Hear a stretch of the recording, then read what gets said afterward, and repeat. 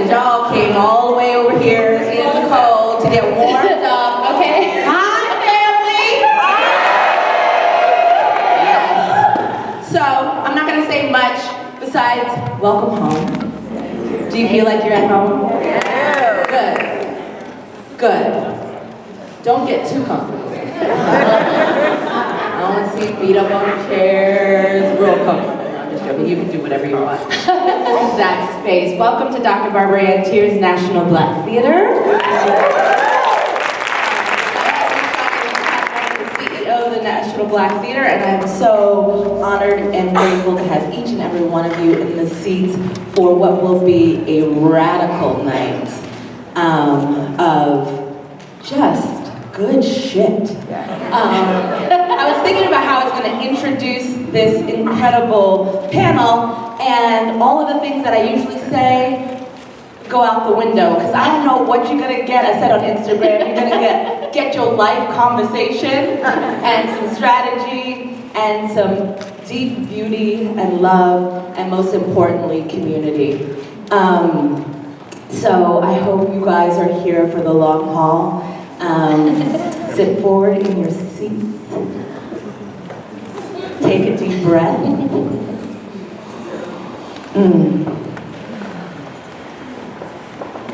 I'm grateful for each and every one of you, and I am grateful to have seen this work last night at the public. Toshi, Reagon,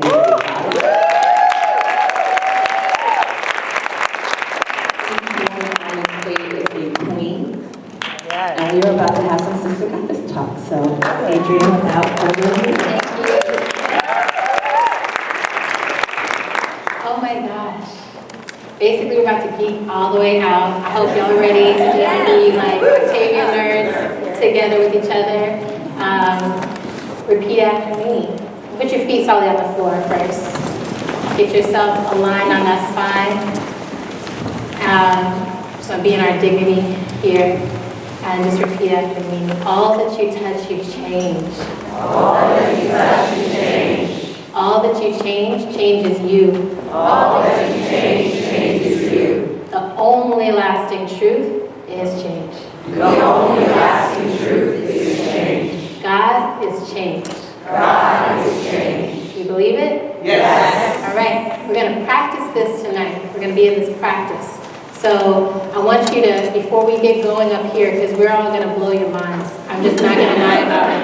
Everyone up here is a dynamic individual who is living in their purpose and on purpose. So you're going to be like, what?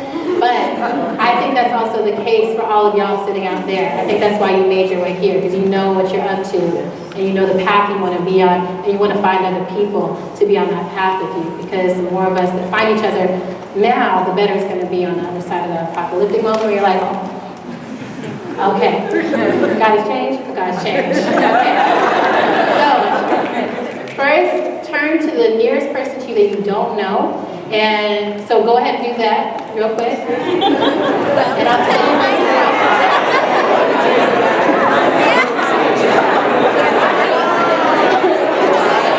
Did you find someone? Anybody not have a stranger yet? Raise your hand, find a stranger. You can move out your seat if you need to. Your stranger might be a little further than that. All right. Everybody got a stranger? So here's what you're going to share. Here's how I have already been shaped by the parables of the parable of the sower, parable of the talents. Here's how I have already been shaped by the parables. Okay? Here's how I've already been shaped. Short-haired person or bald-headed person, you're going to go first because I don't think you get enough first loving energy in life.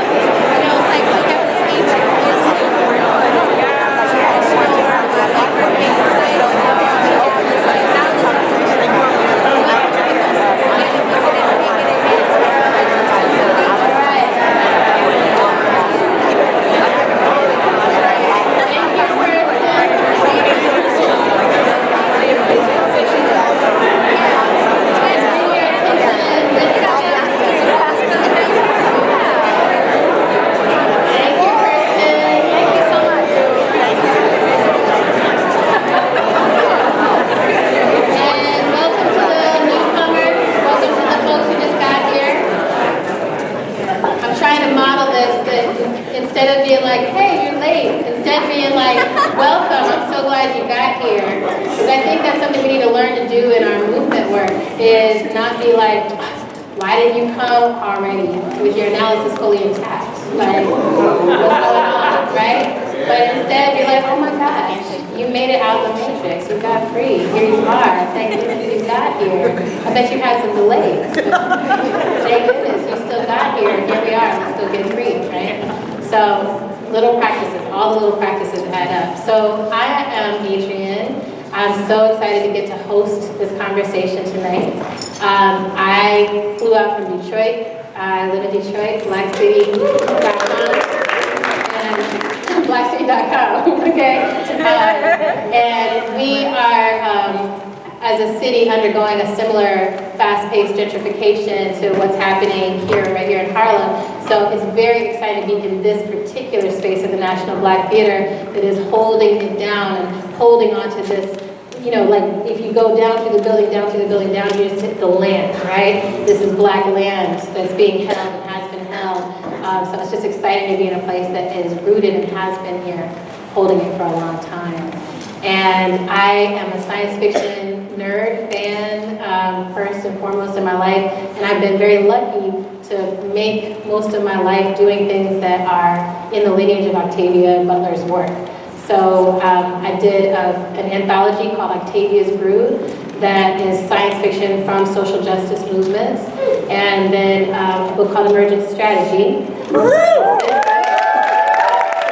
And Emergent Strategy is from Octavia. It's a gift from Octavia. It's basically, I read Octavia Butler's work like 100 times, and I just kept being like, there's something about her protagonist that is different from the kind of leadership that I keep seeing developed. And what is it? And at first I was like, it's young Black women. And then I was like, it's not just that they're young and that they're Black, although that is super meaningful.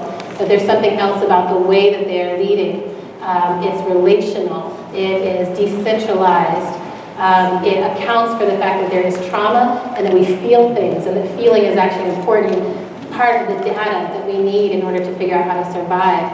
And most of all, it's adaptive, right? Instead of coming up with 5-year plans that we get lockstep in and we say we're gonna do this, it accounts for the fact that we wanna know, we wanna have a big, voracious vision, and then we wanna know how we're gonna adapt together in community, flock together, migrate together, to keep moving towards that future no matter what comes. So Emergent Strategy is taking from Octavia, looking as she did at slugs and snails and bees and birds. I mean, she studied all this stuff. Her papers, she just has files and files of like geeking out about nature. And looking particularly to where in nature do we see collaboration.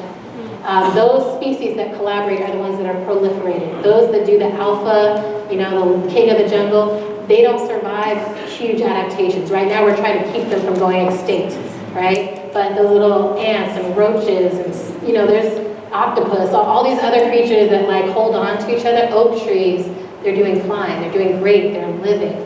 So she was like, what can we learn from that? And how did humans get off track from how to survive on this planet? We got off track somehow. How do we get back on track? It's moving together, figuring out how do we soften our edges, move away from our ego, get less attached to the material realm that we have created, and get more attached to this vision, a destiny to take place amongst the stars, which I always remind people, our planet is amongst the stars.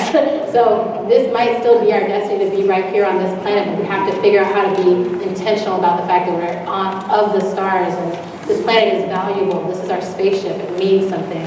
And if we go beyond it, that means something. So that is Emergent Strategy. And then there's the parables. And what I want to spend some time on tonight, I hope y'all want to spend some time on, is Toshi. So Toshi Reagon is the creator of the parables as an opera. And before that, before and during and after, Toshi is one of the most incredible musicians on our planet right now, I believe.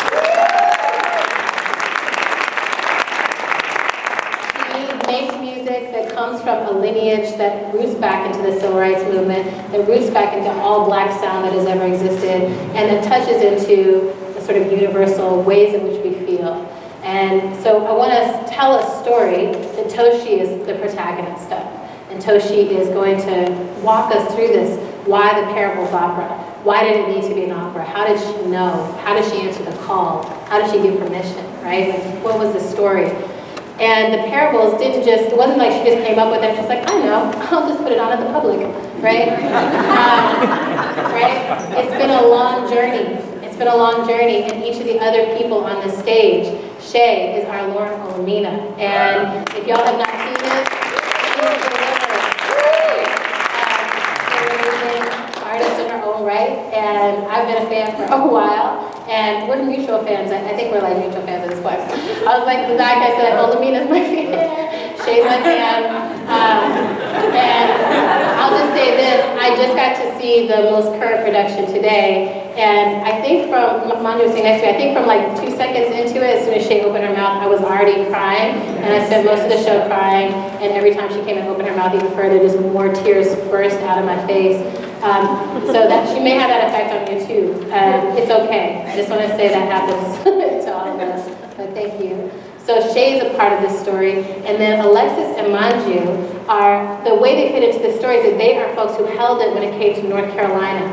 Right? So the Parables Opera has been in New York, in Abu Dhabi, and North Carolina. Right? 3 places that always go together.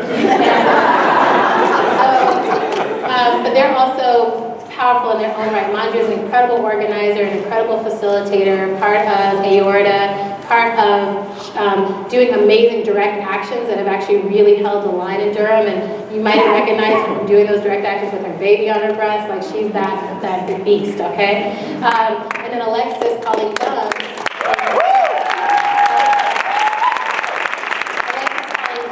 Is an incredible poet, an incredible writer, essayist, memoirist. She is one of my favorite writers. She just put out a book last year called Spill. The year before that, Revolutionary Mothering. This year she's putting out her sci-fi novel / who knows what, it feels like a manifesto, that was an extension of the short story that she published in Octavia's Brood. She is a prolific creator. She also gathers and holds space for Black feminist breathing and Black feminist thinking and Black feminist dreaming. So that's who these folks are.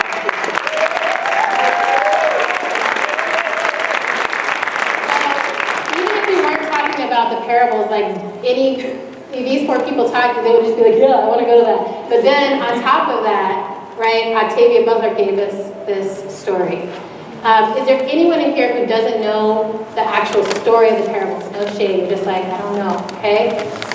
So in a nutshell, this is a story of a young woman who lives in a gated community, Christian father, and they're trying to stay safe inside this gated community, in a world that looks very much like what ours is heading toward, leaning Christian, leaning rightward, leaning fundamentalist, leaning conservative, and deepening the divide between the haves and the have-nots.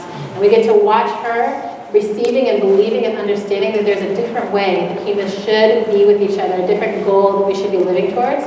And she has something called hyper-empathy syndrome, which means she can feel what she sees others feel, like she feels it.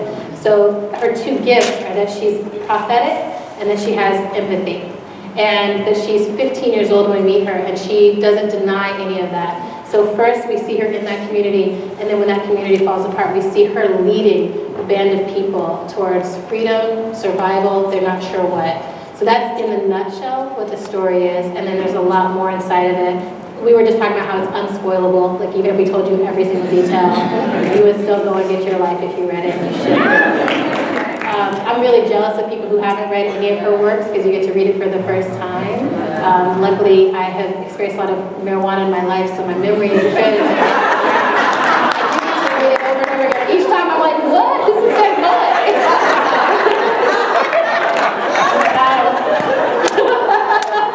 And I hope you all do too, legalize it.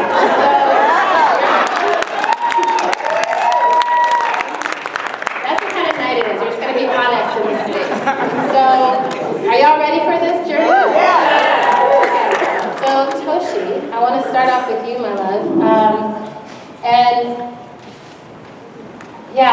The first question I have for you is, how did Octavia find you? Wow.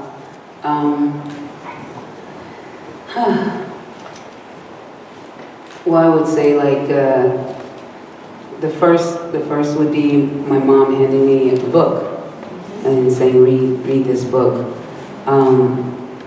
But most definitely, it's the content on the pages. When we were doing our sharing about the parables, I was like, with Parable of the Sower, it was such a relief to see that all that you touch, you change, all that you change changes you. The only lasting truth is change, God has changed, was a relief. Yeah. It was like, oh, it's this simple. And so I would say that, you know, many of her books I read until I fell asleep. Like I couldn't stop being inside of her space. And then as the more books you read, the more the size of the space increases, and then you're inside her world. And sometimes you don't know what world was first and what was second. Where in your adventure, she takes the time away from you in a linear expression. And just talking about her work, I started to like Yes. So that's the short answer. And in reading her work and being a musician, at what point did you realize, oh, this needs to be an opera? Like an opera is actually the form that I want to explore this in. Well, this is really cool because I get to talk about somebody else who's a genius, Toni Morrison. And Toni Morrison was teaching at Princeton, and she has the Princeton Atelier, which are these semester-long kind of visiting artists on campus. And she asked my mom, and this was 1997 or 98, she asked my mom to teach one. Princeton has like 1 million a cappella groups on campus. I don't know if they still do, but back then it was just like a zillion of them. And so most of my mom's singing is unaccompanied. And so she asked mom, and then my mother's touring with Sweet Honey a lot at that point. And she said, I can't do all of them, but if I could split with Toshi, if Toshi's willing to take half of them, the classes, I would do it. And so I was like, yeah, you know, which like, you know, I graduated from high school and that's it.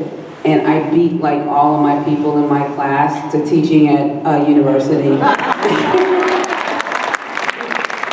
I was really mad about. And I was working with Toni Morrison, and they were like, wait, what happened? You know, you ain't never going to college. What you doing? But it was really bananas. Like, we didn't go teach that class to try to put music for Parable. You had to have a text. Whatever artist came in, you had to have a text that the class read. And so what we did in that class is my mom picked songs out of Black American music traditions that arc the conditions in the book. Not to try to tell, like we had no plans to do anything. Yeah. And so like when we picked like all of the, you know, blues songs about the Mississippi, of the flood of the Mississippi, and the Red Cross, you know, abuse of everybody during that flood. And you know, we pick work songs and things like that. And so when we finished that, we just looked at each other and were like, we can sing this book. And the song Sower, my mother wrote during that class. And the song God Has Changed, I wrote during that class. So Toni Morrison bringing us in there really, because I hadn't read the book before that class because it scared me. The first page. Which is to say, keep reading past the first page. And really there's an act of saying, turn and face your fear, because this is not, you know, there's nothing that happens. I tell people this a lot, because isn't the parable so hard? Isn't it hard? And I'm like, there's nothing that's happening in those books that isn't actually happening in our world right now. And it may not be happening to you or in your eyesight. And yet, slavery, sex slavery, all of the things that we see in the book that are the hardest to face are happening. And so I feel like one of the things you talk about is a little bit about Octavia as a prophet and people challenging that. You share a little bit about, like, did you read it and you're like, oh, how did she get here? Or did you understand what she was prophesying? I just thought she was telling the truth. I didn't have so much mysticism about it, you know, which is why I was scared when I read it, because I was like, she's telling the truth. And it's kind of like, there's certain writers, and I think Toni Morrison is one, and I think Alice Walker, and, you know, my friend Jacqueline Woodson, and we all probably know people, they just tell the truth. They're writing fiction, but they do not lie. And so their stories really, you know, this one over here, you know, their stories really impact you. And I'll just say, when we used parable as a text for that class, lots of students were angry, you know, like one girl just dropped out of the class because she was like, I'm Christian and I can't say God has changed. And they had a fight about Lauren starting a religion in a class, and they had a really intellectual fight about it. Like, everybody used every big word they could think of, you know, just like, and I was like, I don't even understand. I'm leading the class, I was like, I don't even understand half these words they're using, you know, and it was so angry, you know, and I was like, because they know the truth, young people know the truth when they see it, and they knew they didn't know anybody that was older than them that would do anything to keep it from happening. And it was that day was a devastating day. You know, we had to sing some songs to get out of the class. But it was a day where they all realized, like, you know, we don't even know anybody who's interested in stopping this. Yeah, that's heartbreaking. And I feel the same way now, right? Watching it today, I'm like, I know people who are willing to fight, but I feel like on a large scale level, this work is so necessary because we need more people to wake up to the fact that there's no one. I think Roxane Gay just wrote a piece the other day, and it was like, no one's going to come scoop down and save us from him, and no one's going to save us from the racism of this moment that's been building, that never died, that we never actually contained or transformed from. And so the process of taking it from that classroom to where it is today in the theater, that to me feels like the main place of iteration. And when I say iteration here, it's really saying we're going to keep practicing this over and over and over, not going for like, here's some perfect show that's presented to you this way. But the first time I saw it was like in a black box theater, I think, and it was just people sitting and singing, and I had the same full body emotional reaction. And now it's choreographed, and there's flocking, and there's acting, and there's so much more happening. So can you just talk a little bit about the iterations you've been through as it's grown? Sure. I mean, my mom and I really believe that in order to try to not be those people very close to us, or to be transformational with those people who are already in existence, to obliterate that as a part of humanness. These really dangerous ways of being that we felt Parable had to be in communities, and not just be a piece of performance, but actually this is why we're in this room right now.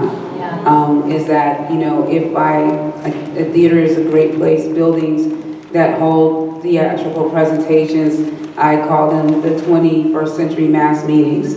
They're a great place to gather people, a great place to do something past whatever show happens in them. You just have an opportunity to gather a mass of people and get down to some work.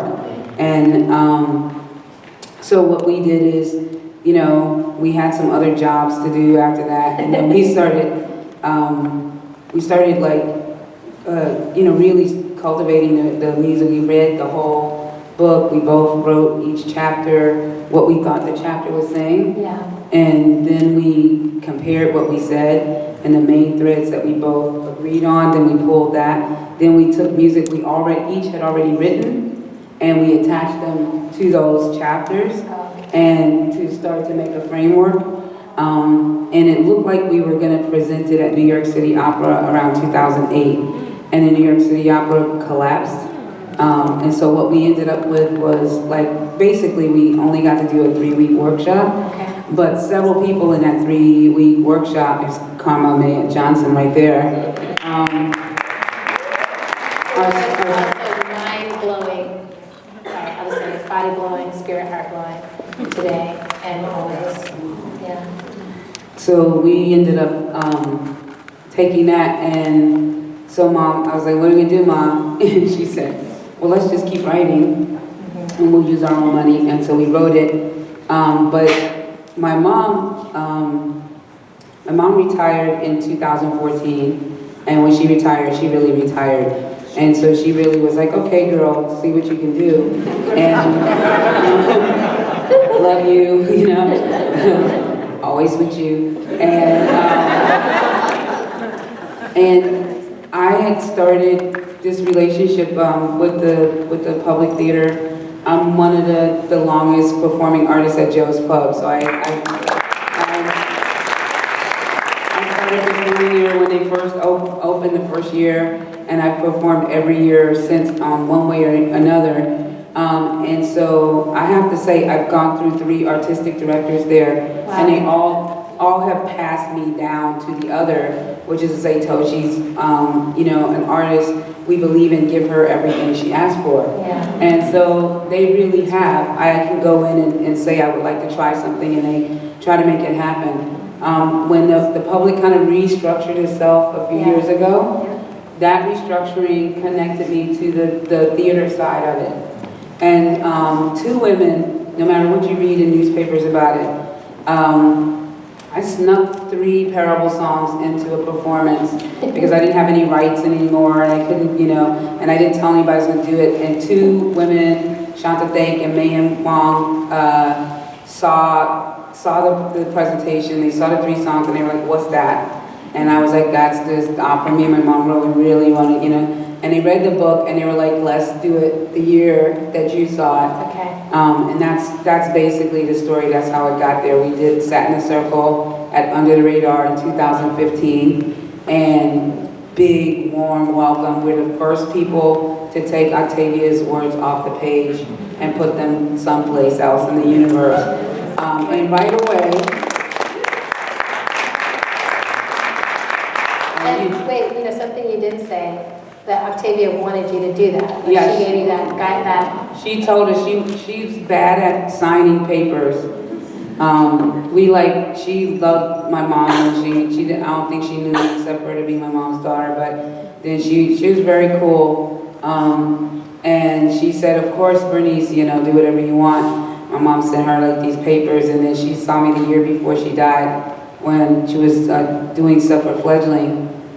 She had that big thing, I think it was at a library in New York in 2000, like October 2005. It was amazing. And at that, she saw me and she's like, I owe you papers. I told you you could do whatever you want with the work. Like, just do whatever you want with any of my books. And I was like, yeah, we need to have papers. Like, you can't just run around and like sing all your books. I mean, I would love to, but you know, I know what's going to happen if I do. And then she died in 2006, and then we worked with her estate, and the woman who represents her estate is fantastic. But in 2015, I really walked into her office and said, look, I have an opportunity, and she gave me stages to meet. Okay, I'll let you do this for a year if you get to this place, you know, and then I just kept doing the stages that until like 2015, I was like, I've done everything, give me. And then we worked on the agreement, and I will say, like, it really is that thing of when you do something with Octavia's work, it's not like you're laying something on in an unknown place. It was bananas. Everybody's waiting for this, holding this place. Yes. You know, so before I could even, like, it's just saying it, like it sold out in 2015 so fast. Under Radar was like, why did it sell out so fast? I'm like, you don't understand, like all of us are already here. Yes. We're already here, we're already waiting. And then this one and two, we were in Abu Dhabi and people started blowing up all our emails and stuff going, the show was sold out. And we're like, no, it just went on sale. It sold out in 2 weeks. Like the whole run sold out in 2 weeks. Like I was complaining, like, how come everybody got a poster and girl, well, they get a poster? And it was like, because they don't want people to think they're tickets because you don't have any. And so that's like, but it's people, you know, it's like, people are already there holding us before we open our mouths. And it's the most wonderful feeling. And it's the most necessary feeling. And it's the most activating feeling. I'm absolutely not by myself doing this work. And so, but that's the journey. Thank you, my love. Thank you. That's exactly what I was going to invite, is that a lot of times, there's just so much work, right? Like trying to sum up in 5 minutes what has been 10 years, 17, your whole life of work. I just want, if you have been touched by the opera, if you have been touched by the story of the parables, by the songs of the parables, can you just let Toshi feel that for a moment?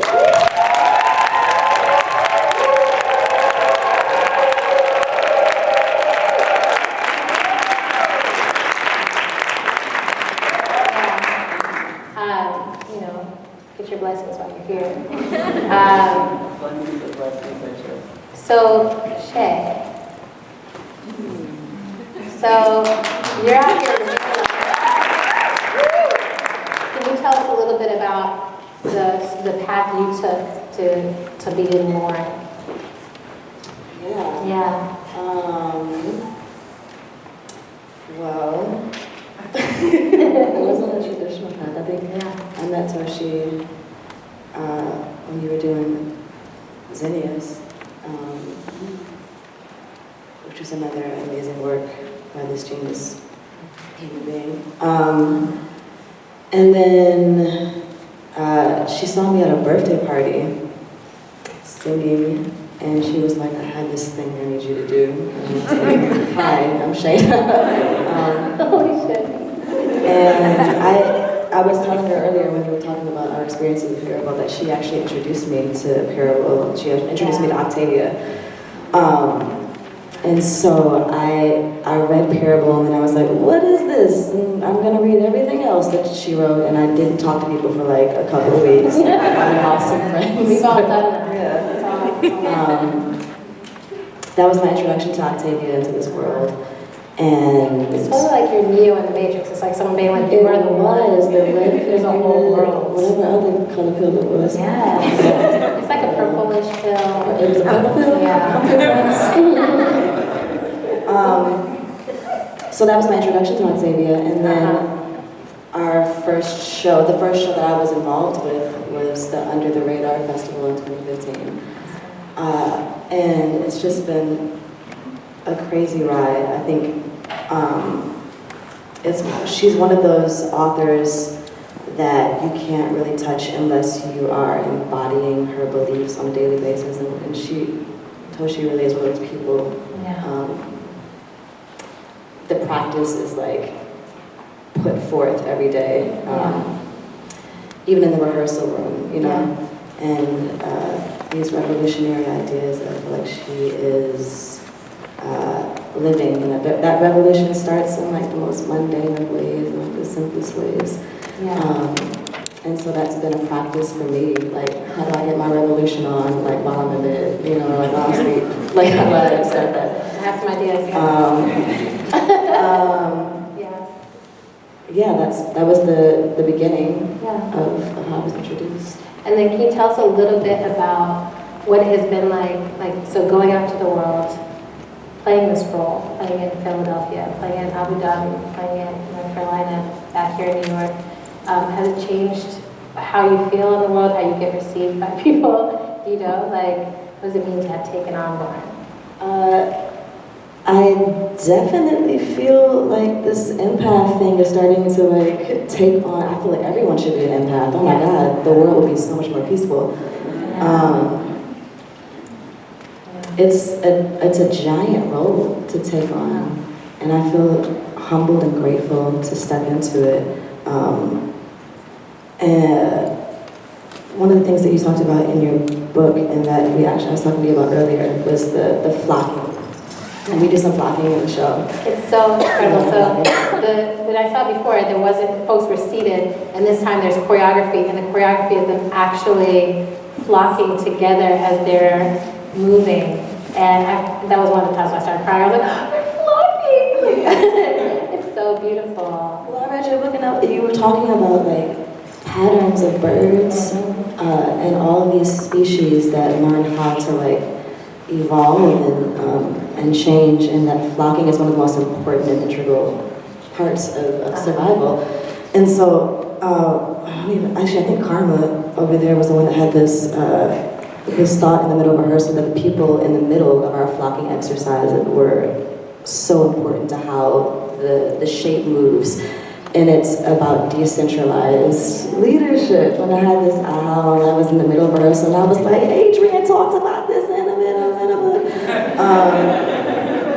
But that they take turns of leadership, and that part of leading is also following, and that like the people that are like holding us up are so important. And it's taught me a lot about how I lead and how I show up, and how I show up in the room, and how I'm like supporting those that are in front of me and inside of me, and like on the side. And And one more question, and I want to come to North Carolina. So just tonight, just sitting in the audience and feeling the worshipful, love, open, transformation waves. I mean, they were like rolling at y'all. Both, I think you can answer this. How do you take that? What do you do with all that energy, right? Like, how does that land on your body? How does that land on your spirit? How do you get it back into the work? Like, what happens with all that stuff? That's a lot. no, I'm just like, what is that? it's rejuvenating. There's such a huge base of people that believe in her work and the Bible of her thoughts. It helps me to the next day, to the next day, to the next day. I don't really have a full answer for that. I'm still trying to figure out what to do with all of it. I don't know. What you got? You got some methods? Yeah. Well, it is it's not overwhelming. It is what you're saying, like a rejuvenation, because you're not trying to convince people of something. Like, there's so much that a lot of people know, and the people who don't know the book or don't know who Octavia Butler is, they actually feel it when they're in the theater, like of the people who do, and then they come out afterwards and they're like, man, I never heard of this story, but wow, like you can see in their face, I'm gonna go read that book, and I think, I don't know if this might be different for you, maybe not. I really wanted to be a good experience in the room. And one thing I really do understand when people hold something away, so many people have held Octavia Butler's work, even after she died and she wasn't releasing any new work so that, she could keep growing her audience.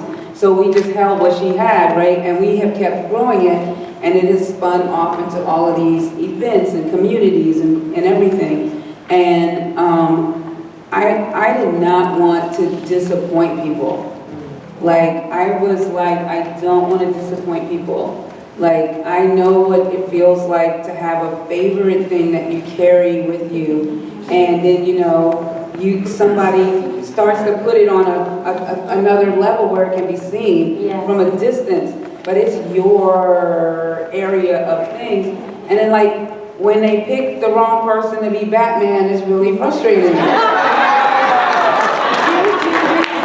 are you gonna do the Bat? What are you doing? And then it's like that with a million of, like, people have real feelings. And so I think for me, with the wave that when I feel that wave coming before, especially this version, because when we sat in this circle, it moved people so much that they didn't think it needed to be changed, and they got so many offers, we would still be touring back. Yeah. And I was like, I have not told the story of the book. Yep. I haven't told the narrative. I haven't told enough things.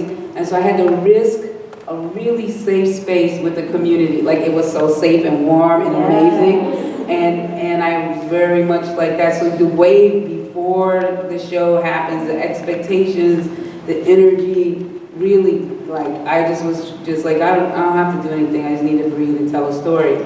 And then afterwards, when you do it, and because we have this, you can tell we're still moving through a process creatively.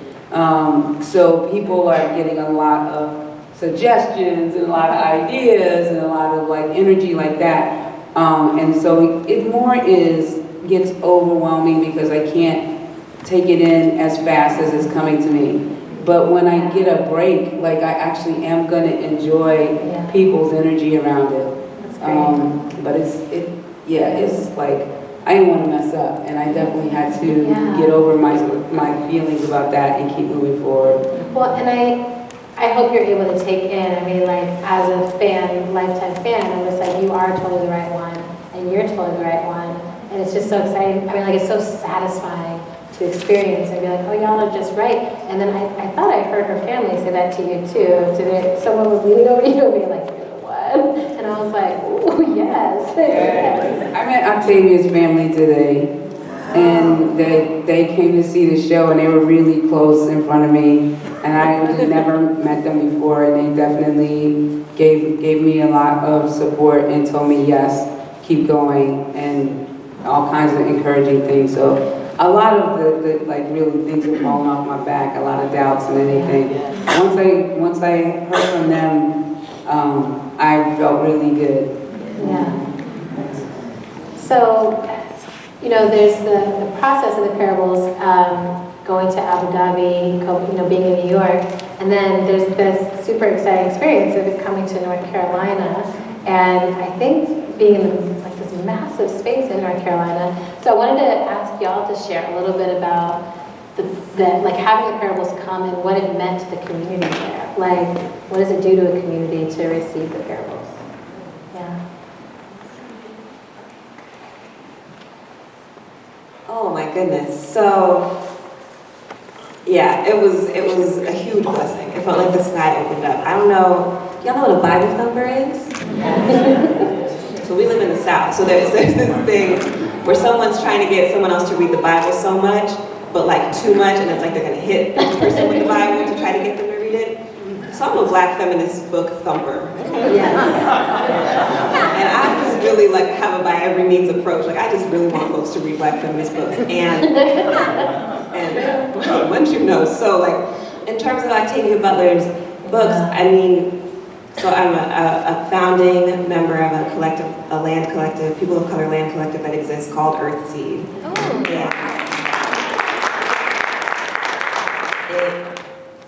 It had to do with how much we wanted that to live in our community, and yet at the same time, I mean, when I say by every means approach, we were having potlucks, parable potlucks, and people would have the experience Toshi described. They'd be like, "Wow, this is true." Okay, we're freaked out. We're not going to even like come to the next potluck in the series. Or the Octavia Butler reading room. Like on her birthday, I'd be in a gazebo in the park with like every book by Octavia Butler. Like, please read it. I just buy extra copies. Like, just please read these books. Yes. And it was really difficult. It was really difficult for people to face the truth that's in those books, in particular. I mean, of all the Black feminist books that I've been thumping people with, like it was really difficult. And I myself had nightmares behind this particular book. Yeah. So when we found out that Toshi Reagon is coming to town, not just for a minute, but like on an ongoing basis, to bring a congregational opera that activates generations of Black freedom movement, especially incubated in the South, into our community, I was like, you ever feel like your prayers have been answered? Yeah. And God, who is change, and also a Black feminist poet, very voluptuous Black feminist poet. She's like looking down on you, and she's like, you tried everything you could do.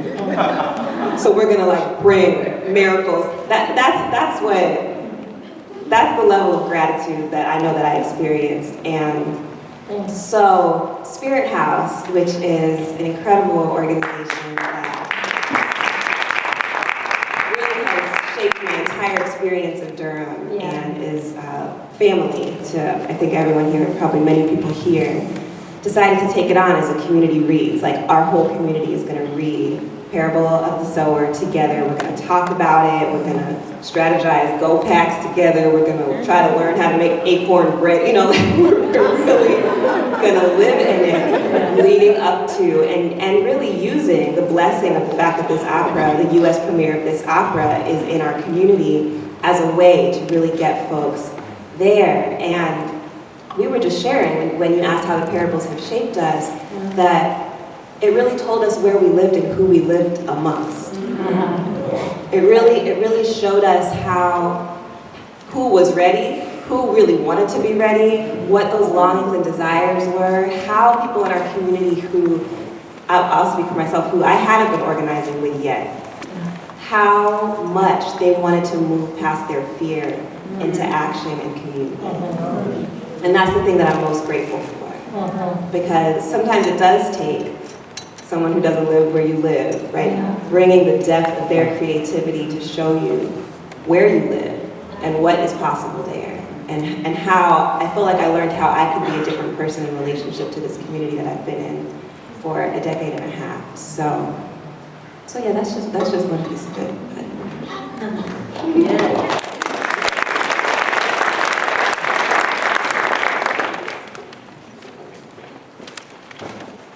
And in that roll call of the ready, I think we were all scrolling through the roll call, waiting for our own names, right? Trying to figure out, are we ready for what's coming? And wondering to ourselves, how are we receiving the Laurens among us?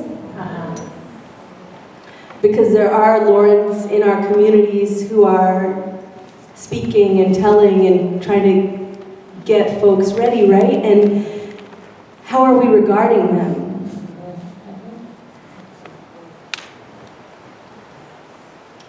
And how are we receiving the Laurens inside of us? Like, how are we interacting with that surge of truth that forces us to look deep into the darkness and transmute fear into vision.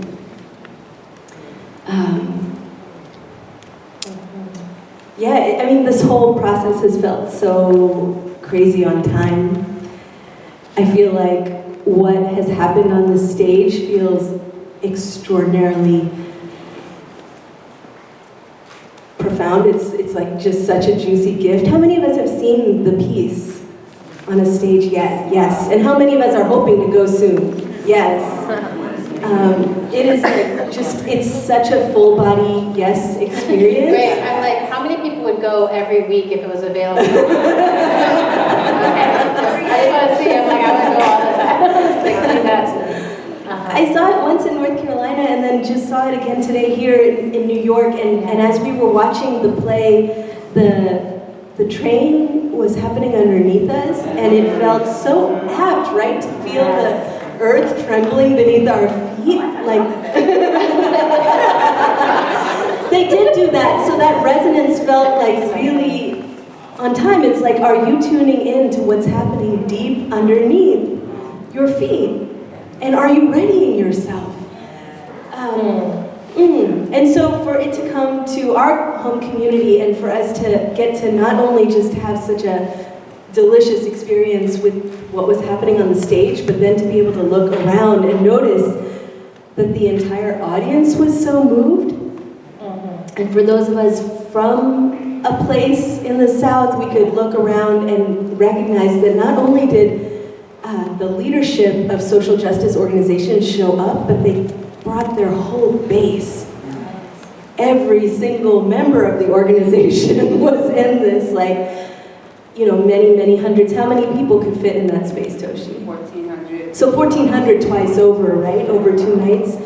And I looked around and we were weeping, we were laughing, we were shivering. Because it's a complicated full body yes. It's like yes, and this means that everything will have to change. It means we have to change our whole relationship to change.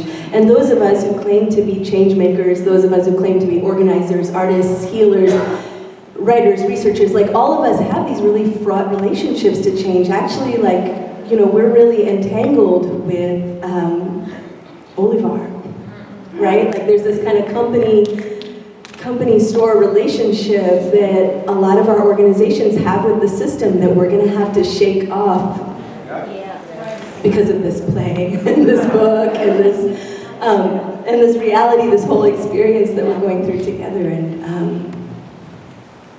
I'm here for it. Yeah, you are. And just one more question here.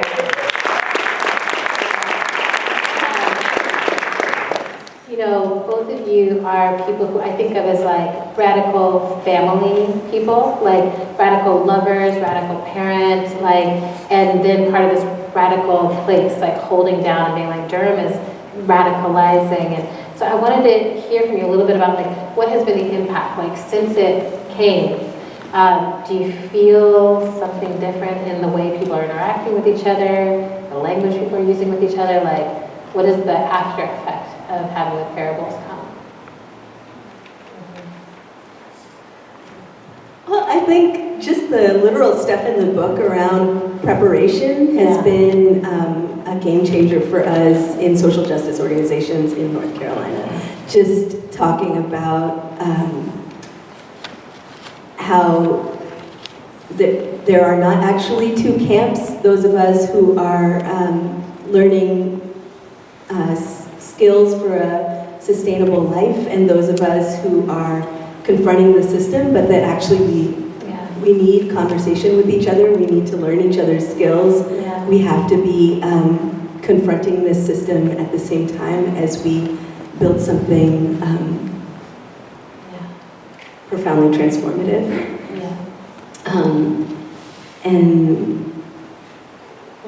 And I was sitting in a meeting recently. I want to name that too, that part of what was so amazing about the first act of the play was just that it felt like a movement meeting. To be in that sacred circle and have that recognized as a sacred space that like, so I was in one of those recently, and a young person who I've seen come up in our movement spaces her whole short life, stood up, opened up Emergent Strategy and started reading from it aloud to us to open the space, and I was like, oh, we're doing something so iterative here. That's awesome. Yeah. So great. Like these babies growing up in these spaces, like just speaking back to us what someone told us a long time ago. Yeah, that's what's up. Yeah, and I would add specifically, I just want to acknowledge you, Manju, because Manju has been doing this, I can't believe you didn't say it, this is the humility that you are, but Manju has been doing this work with a group of folks over the past couple of years, at least, but it's connected to work that you've been doing for decades, called Ready to Ground. And so there's a reason why, you know, it's young people, like it's the Lauren Olaminas of North Carolina who are like, oh, we're knocking down the Confederate statue today. Today, this day, we're not, you know, waiting. Because the ground has actually been ready. So Manju has been part of this group of people who've been saying we need to actually have the trainings that allow our community to be ready for large-scale direct actions. And to know how to hold each other through the transformations that we want to ignite. Right? We're not going to just wait till it's like, oh snap, something else happened, and how do we get thousands of people together and not run each other over and trample each other and then fight with each other because we didn't know that. I mean, what that's made possible in our community, and watching it happen, and then understanding the home building work that happens in those spaces. the way you talked about the translation work that happens and what it means for people to be able to envision direct action in their mother tongue. Yeah. And how it completely changes the scale of what can happen, who can participate, but also what also can be held when a bunch of people you didn't think were going to participate realize now that they do want to participate. Yes. I have to say that because that's some Lord Olamina-ish It is. right there. That's like there's a new world coming. Yes. Where you gonna be standing where it comes, right? You know?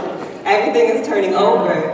And I don't think that I always understood what you just said, the connection between that sustainability and the direct action movements. But you are one of the people who saw the value in that so early on. And we're in so many meetings, like how are we gonna do this? And making the ask, like how are we gonna have everyone's needs met to even be in the training to ready us to do this and to crowdfund it, you know, and to ask our community to be ready for that before the thousands of people who then suddenly realize because of the person who's president that this is like urgent action. You know, to be out ahead of that and to literally actualize that home of readying the ground. I just want to acknowledge you for what that's meant in our community because that means that we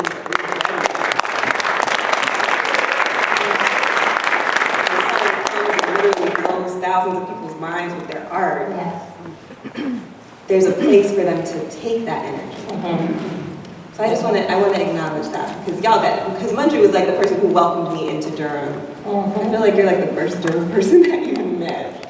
Oh, and you were in drag, you look so good. I was like, this is the right place for me to live. And I have not left.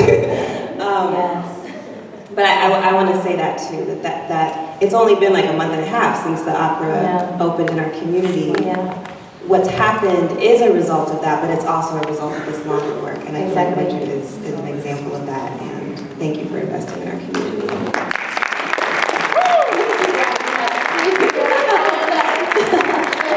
I'm part of a big community and a long tradition, and so grateful to be a part of that oceanic process. And I think part of what felt so connected between the parables in this book and the movement work that we are all in motion with is music, and I wanted to see if y'all would be willing to talk about how this became an opera of all magical creations. And just that connection between how you grew up in movement song and how it's being used as a vehicle for change here. Oh, now? They have their own, yes. Go, okay. I do. Manju wants you to, and so I think that's right. I also, if you wanted to share any little bit of anything that you want to share.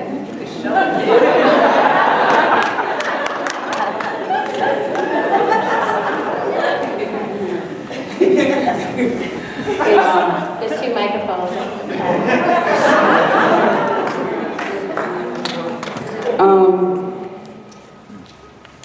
Wow.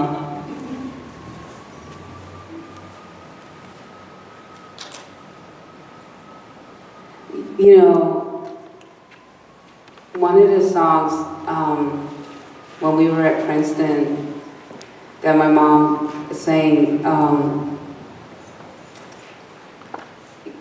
it's a blues song, and it goes, I'm not teaching you this song, but I just want you to understand, like, really process. And she taught it congregationally, but as well, I ain't gonna let my baby go back to that Red Cross store no more. Lordy Lord, ain't gonna let my baby go back to that Red Cross store no more.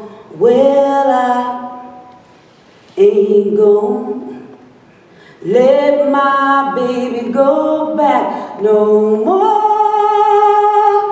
Well, those Red Cross Cross people sure do treat you mean, Lordy Lord. Ask for meal and milk, give you gasoline. Well, I ain't gonna let my baby go back no more. And that was taught congregationally. That was taught to like college. That was taught to like the students. And what she like laid into the fabric of creation of a sonic sound that would carry the text and conditions of the story is from so many places that we have already experienced. Like we already have it with us and amongst us. And this idea of teaching and holding and passing on this which we have in our relations, going back generations. Yeah. And when she sang that, like, you know, I had never heard that song before in my life. Have you ever heard that song? No. No, it's the first time you heard it. And every time I hear it again all the time. Yeah. I just want us to be manifesting the soundtrack. That's This song isn't in the show. You know, this song is how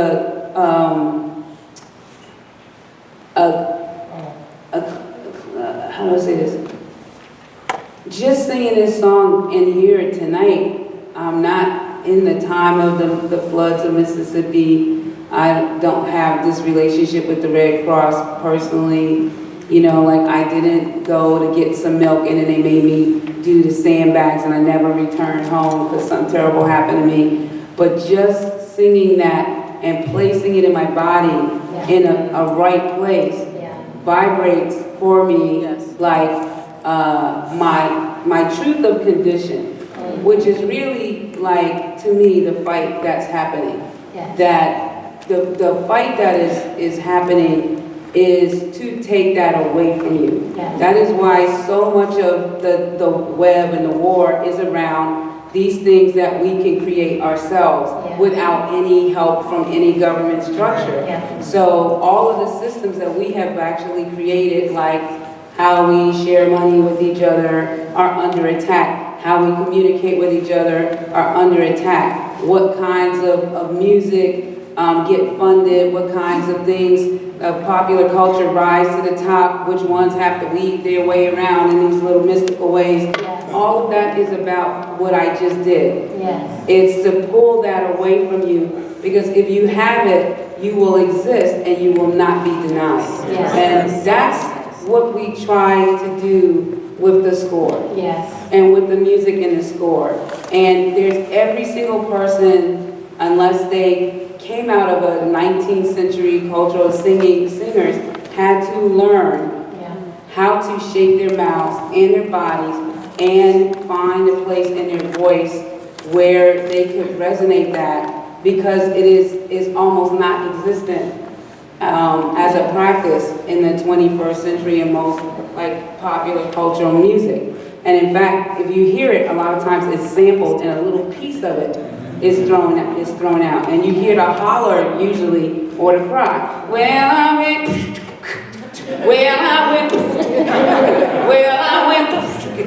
but it's that cry. Well, I went down to the back. You know, that cannot be taken away. That will save anybody's life. So that's what we try to line the score. And a lot of, Shay is a 21st century singer. It's not natural for her to sing a lot of the music I created and my mom created the show. She has to work very, very hard to get into it. And we work on it like all the time. She's a great singer. But it just, my mom's a 19th century singer. I'm a 20th century singer. I had to learn too. All of these ways of doing things, the shape that you have to make in your mouth, the way that your tongue is, the keys in the show. You almost hear the soprano lines aren't that high in our show. Everybody who sings on our show, their voices get stronger. In all our shows, their voices get stronger. When they go do the other shows, they are like, I'm being abused. They know right away. Yeah. You know, because it doesn't work if everybody isn't singing in the vibration of their own bodies. That's it. It has to be Shay's body, Karma's body, and in the process, they get to say a lot about where that vibration is for them. I listen for it, and I can tell when they're not in it, and I stop them right away because I don't want them to hurt themselves. Yeah. So.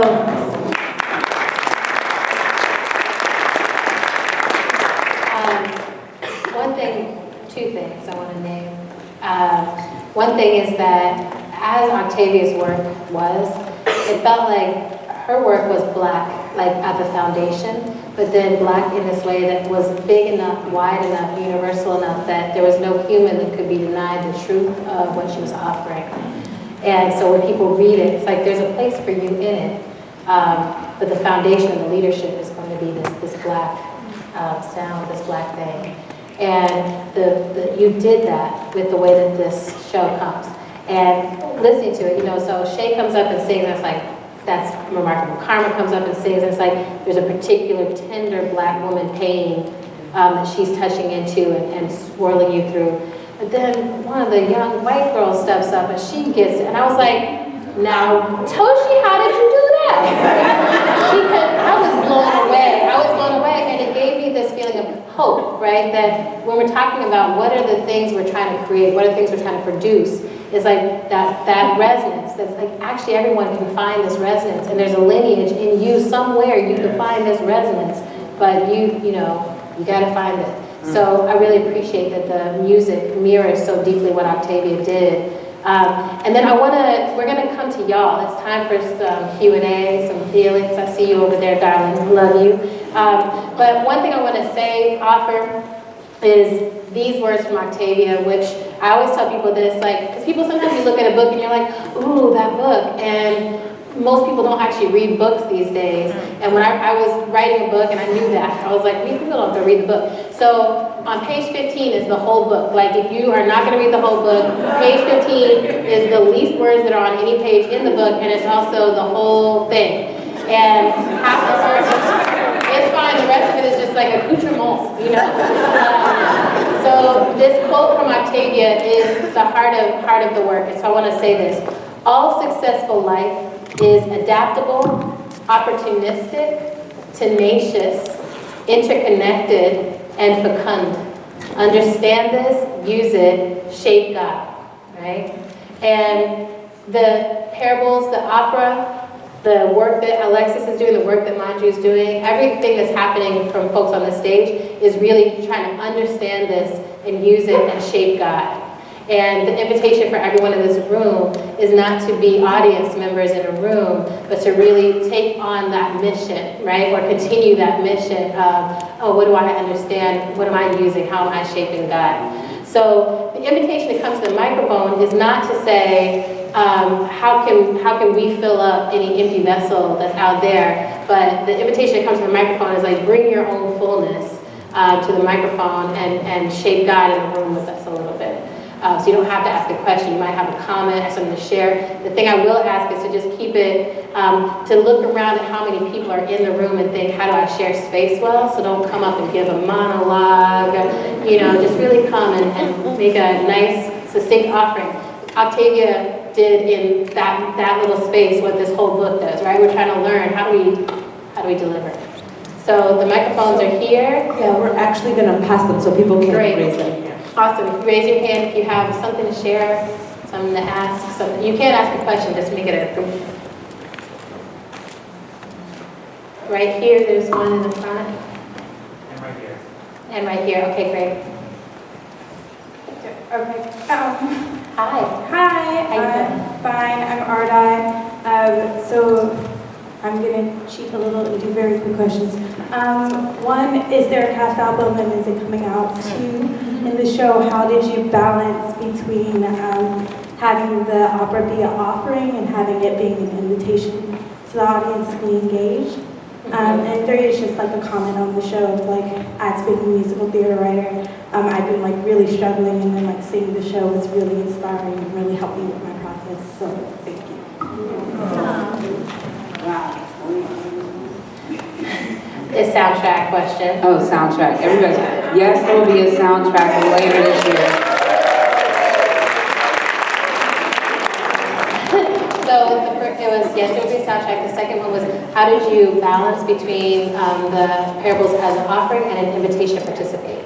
Well, we hope people will I want people to be active the entire time. You know, it's hard in some rooms, especially if the seats are really, really close together, because people feel they have to fit in their seat, and it's also like, it is two plus hours depending on how long certain things go. So it's a long time to sit, you know. But if we get singing audience and participant audience, it show flies.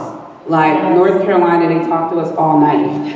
Like there was no time that somebody wasn't having a comment. You know, Karma's singing her song and she has a line, take hold of my hand, and somebody's like, you got to hold her hand, you know, like, take the hand, you know. Like, it was like, I just mixed 2 songs from that, and when Shay gets up and says, there's a new world coming, and the father says, Lauren, stop. If you hear somebody go, keep going, girl, keep going. So, at the beginning of the show, I tell people, like, this is our house, this is our place, and, get into it, because we imagine the play, the spaces, the first act, we think everybody is in the neighborhood, that we're all there. And so when you come see it, it's almost the lights are the same in the audience as they are on the stage. And very, very slowly during the first act, if our tech goes well, it starts to get more and more like theatrical house, you know? And then in the second act, it becomes really a theatrical space. The lights change, the set changes, and now you're like, oh, I'm in a theater, you know? But and also the conditions change. Yes. So you go from a big congregation that are together to separate characters, and it should make people who sit on the stage said that they didn't. A couple of people told me they didn't like it because when it switched to the second act, they were scared, and then they were stuck on the stage, and they wanted to leave. You know, and it's hard to leave if you're one of the audience people on the stage. And I'm really glad to be of inspiration to your work. Yes. This gorgeous woman here. I'm Clara Villarosa, and I am Legend. Yes. And I want to ask Shay, how did you prepare your voice for this particular production? Because you come with an experience that you're accustomed to, and then you hear this music, and then you're going to have to adapt yourself to the particular sounds, the expressions of what Toshi has written. It took some time, and I think after our first rehearsal or 2, you were like, let's have a one-on-one session. And your mother was there, Dr. Reagon was there. She sniped her in, and I was like, oh, but it was one of the most valuable experiences I've had, and a lot of it is about what you just talked about. The music that we have today doesn't require us to open our mouths and our vessels in a certain way. And we live in a world that it's easier to walk through closed off, and you don't have to access that. And so a lot of it was learning how to communicate differently, and where my breath comes from and where my voice comes from. And actually, during the show, I talked more to my grandparents who were sharecroppers in Alabama, and they both sing, but they both had lots to say about how they use their bodies and what was necessary to survive, and how important it is to open your mouth, you know, even when your voice is shaking and even when you can't always feel your feet, but like grounding yourself through that and opening your mouth and trusting that the ancestors have you, that you have you, that it's going to come through. So a lot of it was just about opening myself up to that. And then if I didn't, Toshi would be like, open your mouth. That answers your question. Yes, there's one back there. Hi. Hi, good evening, everyone. My name is Salome, and Adrienne, in Emergent Strategy, there's a part on page 53 where you say, What happened? well, the chapter is fractals. Oh, and you yeah. say what we practice at the small scale sets the patterns for the whole Yes. system. Yes. And Toshi, what you said regarding the intentionality, I mean, it's clear you have a vision for what you want to hear on the stage, but the commitment to the individuals working in peace with you and their journey and the contribution that they will make beyond just this piece and into the world is really remarkable to me. And the question I have essentially is, when you are aware, when you become aware that the small actions that you take with the people in your cipher that are directly connected to you are will create the ripple that we want to see in the world, and you have not done the work that you need to do to be loving and to be patient, what's like step one? Well, one is to just really understand that you're teaching, you're sharing and teaching a really big thing. Like, it's actually not simple. It's not small. You know, if I sing a phrase and if I sing it over here, everybody will sing and it'll sound like what I just sang. But if I ask each person to sing it back to me, and we do this in rehearsal, everybody will sing something different.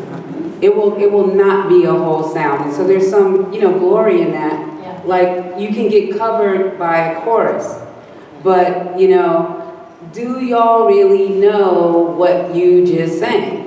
And if you had to be out in the world on your own, could you say to someone else what you just learned? And for me, I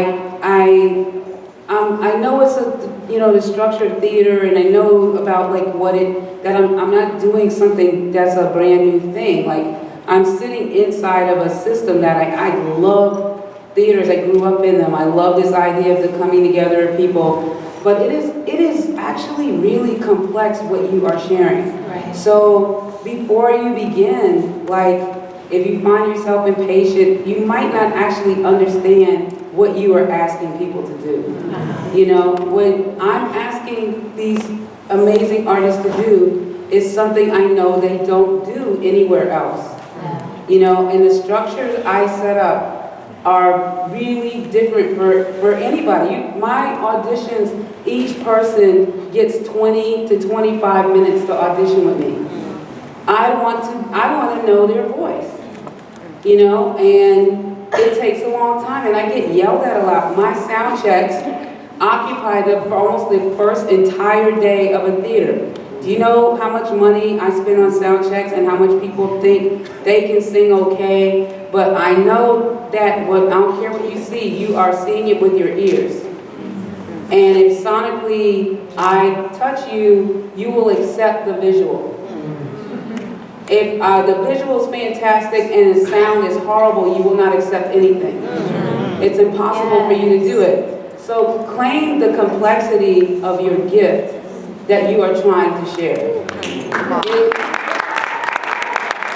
It is of enormous value, and you might, you know, and Shay and Karma will tell you that when we were the more I get to rehearse with them, the deeper I go into the music. So our last rehearsal, they know all the songs, they memorize all of the words, And then I did the exercise I just said, let's sing something. We sang it all together, it sounded amazing. Each person singing, every single person sang every line differently.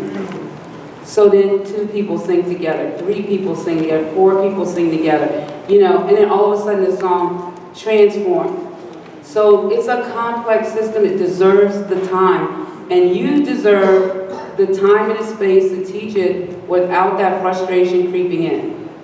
That frustration means you are not being given enough time to do your work. That's simply what it means. There is no reason to be upset with somebody because they don't understand. Like, you know, when people don't understand, they actually can't take a step forward. Like, they really can't. And me and Bob were just talking about this. Like, literally, they just can't. It's not because they don't want to. It's not because they don't like you. It's not. They just don't know what the fuck you're talking about. You know? And you find a way. And sometimes you're not the right teacher. And everybody can't work with me, you know, and I can't work with everybody. But everybody in this class, in this cast teaches me. And one of the things that happens is the more they hold the show, the more they take responsibility for it without me.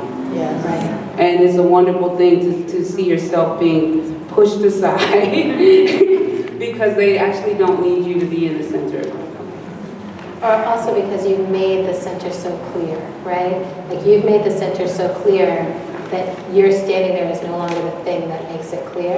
And I also just want to highlight what you're saying, that togetherness does not have to mean reduction.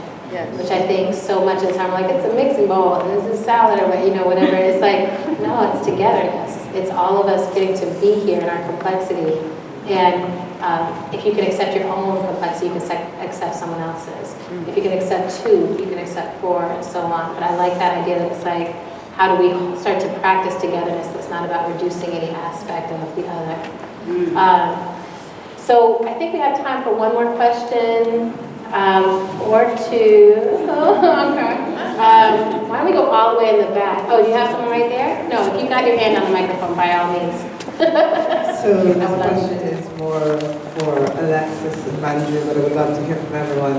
But one of the things that I love about Parable of the Sower is the idea of vision. And we talk about making space for the Lawrence in our community, but also can you talk about readying the ground and opening up our vision for those who are not in our community? Because one of the things about Parable of the Sower that I've always wondered is, it is going out into a space and finding people and making them part of your community. And one of the things I think that we really often fail at is the idea of, we speak of a we, but we don't tell the truth about who that we includes. And there is often the idea of what happens when the wall breaks down, but we do not realize that people have been living beyond the wall for quite some time. And how do people who in some ways are behind walls make visions for as leaders, or open up space for leadership of others who are not within the walls when we start, but will be outside of the walls with us when they do come down. Yes.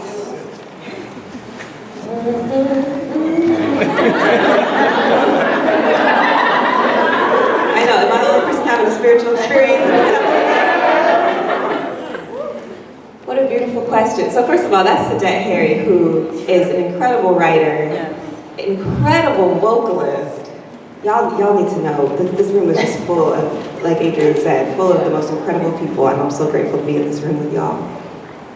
And so that question makes me think about, it makes me think about Dr. Reagon's work on coalition, you know, and how coalition is not easy and it's not safe and comfortable. I think for me, the challenge of accepting the Lauren Olamina within me and the Lauren Olaminas around me is that if I understand that God has changed and also that I am God, I have to do, and I love what Toshi just said about respecting the complexity of what's going on.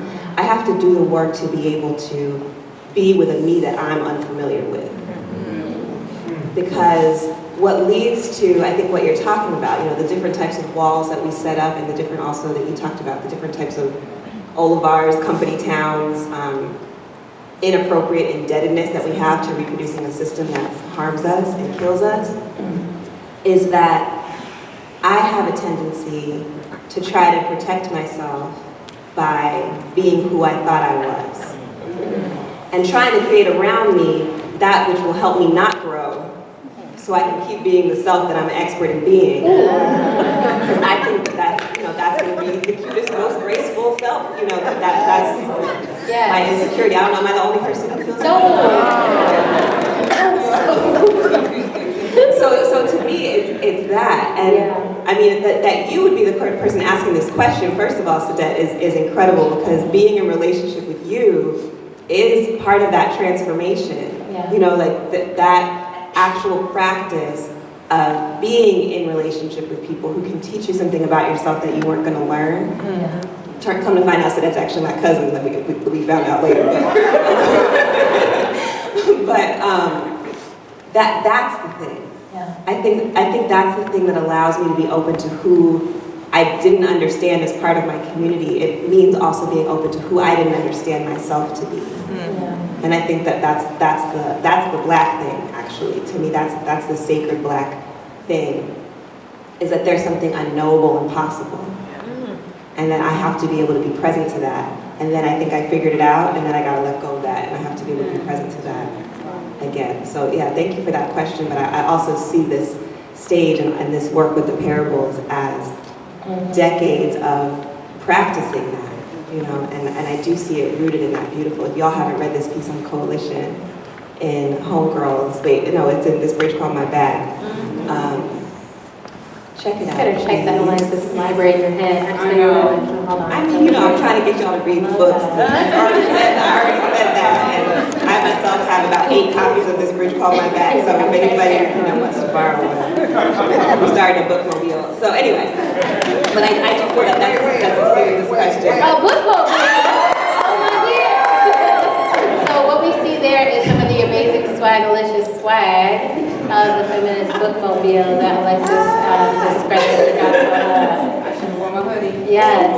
Where can people get theirs, Alexis? On the internet, perhaps? If you want to support the Black Feminist Bookmobile Project, like that has, and like everybody here has in their own ways, just by being, but Toshi has especially by buying and wearing a hoodie publicly on social media. You can actually tell the world that you are a Black feminist bookmobile, like that you're a person who carries the ideas of the intergenerational legacy of Black feminism in your heart. Yes. By getting these hoodies, t-shirts, there's a mug, there's a tote bag, because you carry Black feminist books around, I think. And you can get it at teespring.com/Black feminist bookmobile. Beautiful. All right, loves. I think we're going to do one more. Here we go. Hi. So Lauren has a complex relationship with her body, specifically around pleasure and pain. Yes. And Manju and Alexis and Adrienne, you've talked about your relationships with your body and the ways that you are in your body. And Shay and Toshi, your body is your instrument. It is the way that you resonate and show and exist, how people can see you and how you would like to be seen in the world. And the show is a complex relationship with pleasure and pain, right? Yeah. I loved listening to everything, but I also was scared and sad and frustrated and terrified and furious, reading and watching and experiencing. So I would like to hear from each of you the ways that you sit with being in this complex relationship with your body, being in this relationship where you know that there are things that will bring you pleasure as we move through and come to an understanding around what God has changed means for each of us, in that you find pleasure in that, but also the sort of painful ways that you inhabit and maybe have to experience what that change is. That's great, and I think what we'll do is have that being kind of the closing round of things we hear, that intersection of pleasure, pain, and where you are with your body. And so just also consider there's anything else, last thing that you want to share as we go down the road. Sound good? Yeah. You want to start us off, Manju? There's this part during the opera where all our folks are making a great escape on their separate journeys, and they're finding each other on the journey.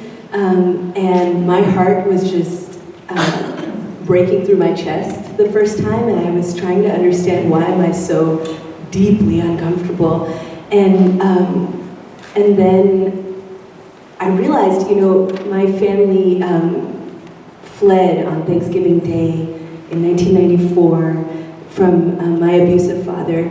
My mom and brother and sister and I made our own great escape, and I think many of us have some journey where we've had to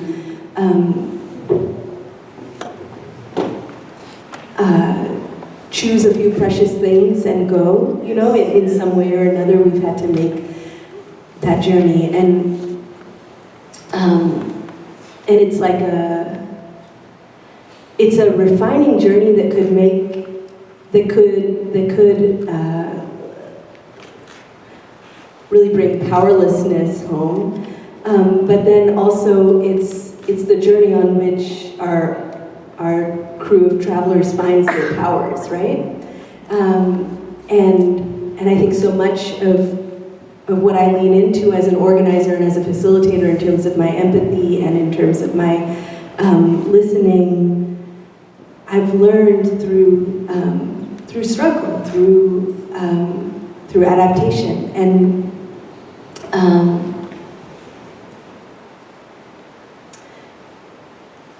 there was this point in our process around my mom's being undocumented. So when a person who is in dependent immigration status leaves an abusive partner, they then become untethered and without papers, and so, for a minute we lived like this, in that shape that you were talking about, the clenched shape that's kind of expected of us to be able to move through a capitalist, exploitative, racist, patriarchal society, and then at some point my mom was just like, wait, no, we need to unfurl. Like, it actually has to be the opposite shape for us to survive. We need to open all the way out. Like, we will have to live out loud our values in such a way that is so welcoming and generous and attractive and connected,